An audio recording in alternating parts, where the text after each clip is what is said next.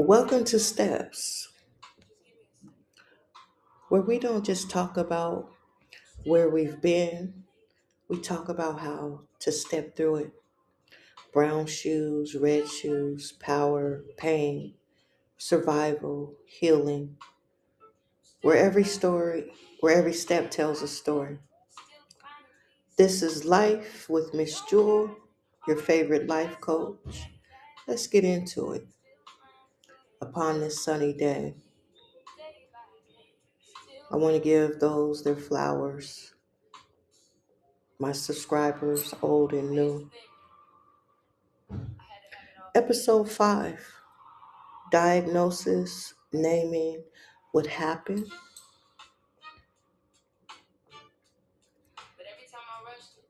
When you can name it, you can reframe it, you can claim it, transform it. No more survival, no playing games. There's a moment a lot of us have had. You're sitting across from a therapist, or maybe you're alone at 2 a.m. reading something on your phone and a word appears, a phrase, a clinical sounding string of syllables that somehow, for the first time in your life, sounds exactly like you. Not because you've been broken, but because you've been seen by it, letting it go. That's what this episode is about. Welcome back. I'm Jewel, and this is Life with Miss Jewel, where life be lifing. In today's episode 5, Diagnosis, Naming What Happened.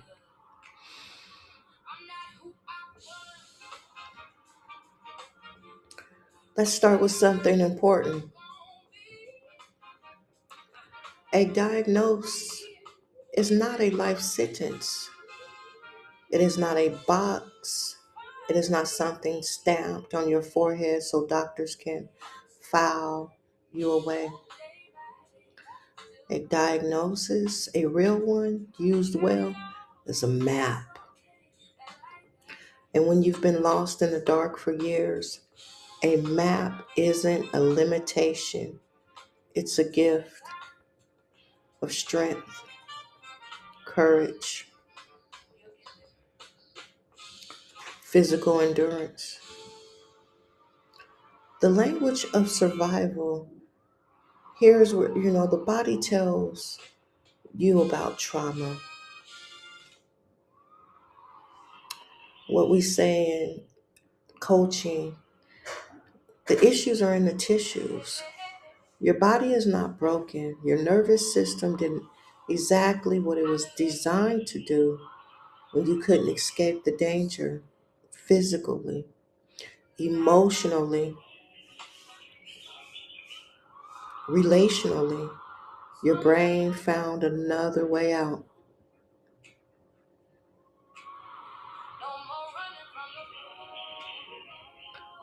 We call those ways out trauma responses. You've probably heard of a fight and flight, but the full picture is richer and more human than that.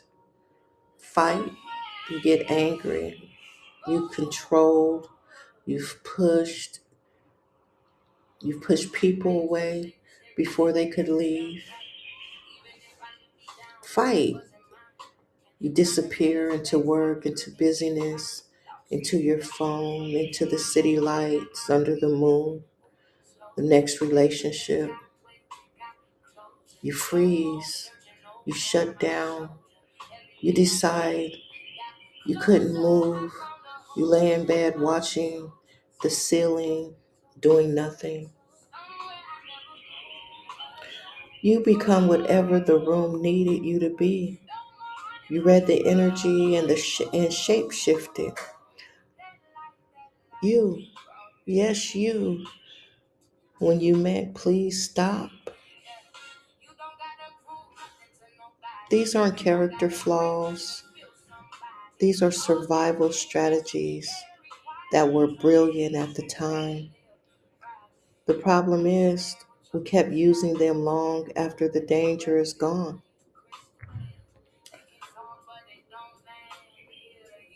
Now we're going to look at attachment, how we learn to love. Before we knew how to speak, we were already learning one of the most important lessons of our lives. Is it safe to need people? There's an attachment theory developed by John Bowlby and expanded by researchers since tells us that the answers we receive as children become the blueprint we carry into every relationship we ever had, even the ones that blow up in smoke, the smoke screen lifted. If the people who are supposed to love us were consistent, you likely learn love is safe. I can reach for people and they will be there. If they were inconsistent, loving one day and cold the next, present and absent, you learn something different. Love is unpredictable. I have to chase it, earn it, monitor it constantly to keep from losing it. If they were frightening or absent, you learned I am alone. I must become self sufficient or I must disappear entirely.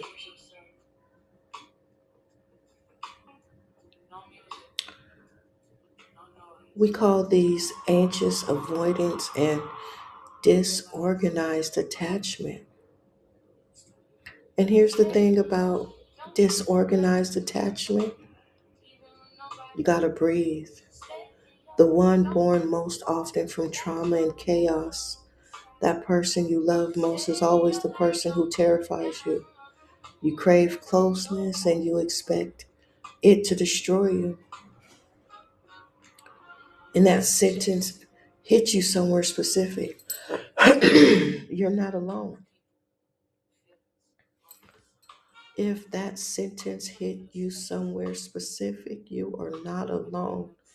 Did you get that? You crave closeness and you expect to destroy it unknowingly or knowingly.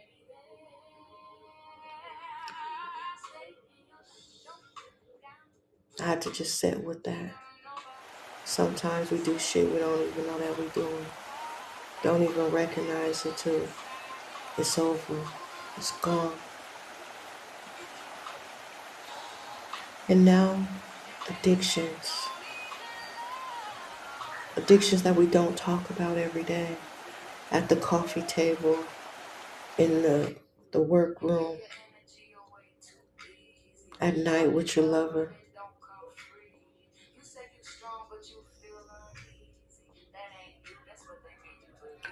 Most people hear the word addiction, think substances. Coke ain't no joke. But addiction is relationship with relief. And relief can come in a bottle or it can come in a person. Codependency, at its core, an addiction to another person's state of being. Their mood becomes your weather. Their approval is the drug. When they're okay, you can breathe. When they're not, when they're distant, angry, or slipping away, every alarm in your nervous system fires off like the 4th of July. You do whatever it takes to regulate them because regulating them is the only way you know how to regulate yourself.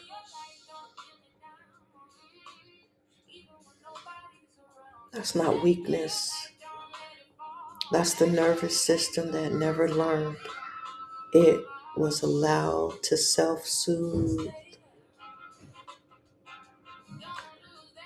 And there's the addiction to chaos, to the The high of the rapture and repair cycle, the fight, the makeup, the good fuck, the flood of oxytocin when they come back, the intensity that gets mistaken for passion, brain fucked, and flowers all at the same time. If your childhood was chaotic, calm can feel wrong, suspicious, like the quiet before something terrible. So unconsciously, you create the storm because at least in the storm, you know what's coming. There's also the addiction to validation, to being chosen, to being wanted, to the specific dopamine hit of someone's desire landing landing on you. Some of us spent years chasing that feeling across dozens of people, not out of greed, but out of hunger. Hunger for proof that we exist, that we matter, that we are in a fundamental way enough. Enough. I am enough.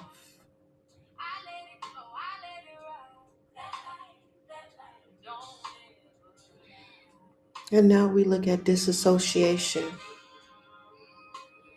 When you leave yourself, disassociation in the brain's most elegant emergency exit.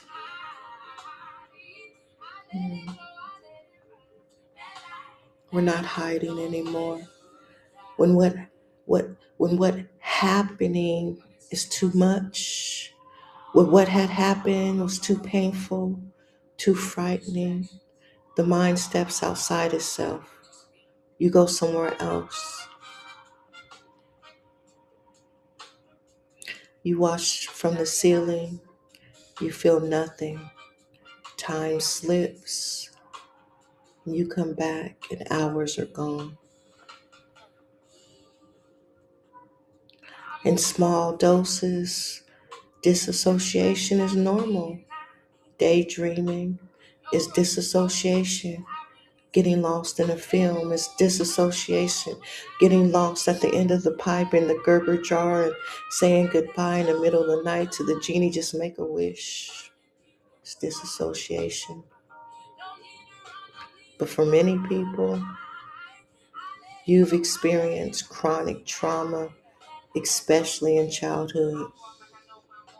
Disassociation becomes a default setting, a first response instead of a last resort. You may recognize it, feeling like you're watching yourself from the outside, going numb in memories when you should feel something, not remembering whole conversations, whole days, feeling unreal, like the world is made up of glass and you're pressing your hands against it. And when it cracks and splits your wrist, you just adapt to the break. You adapt to the pain. And now gently we learn to come back. We come back to ourselves, to our soul. Gotta sit in pain to feel whole. Presence. Naming without shaming. Here's where I want you to be very clear about something. The words we talk about today, conditioning, trauma, responses, attachment wounds, codependency, disassociation. These are not verdicts. These are descriptions. There is a difference between saying you are broken and saying something happened to you. And here is what it did to your nervous system, your relationships, and your sense of self. And let's not talk about the epigenetics of our lineage, your great grandmother, your grandmother, your mother, and what you carry to your children, to your grandchildren. In one sentence, the other is a starting point. And now we're going to end it with a period. Because I've seen people cry when they first read the words anxious attachment. Anxious, your heart pounding, your blood boiling. Not because they were ashamed, but because for the first time, the thing that had been doing, the thing they've been doing for 30 years made sense. They weren't crazy. They weren't too much. They weren't pattern, and patterns, unlike character, can change. That's freedom. That's freedom. That's being free.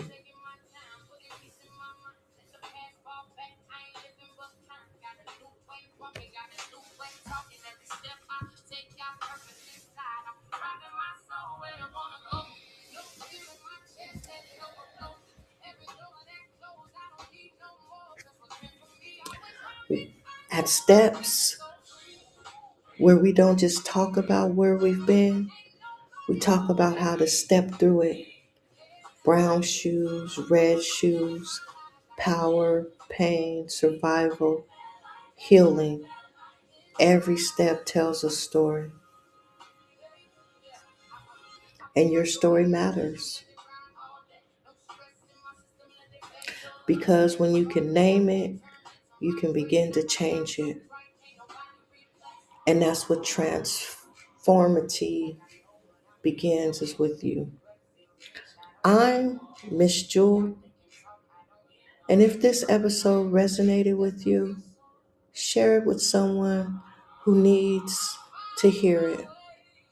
And next week, we go deeper into the rapture and repair cycle and what actually happens in the body when you're free.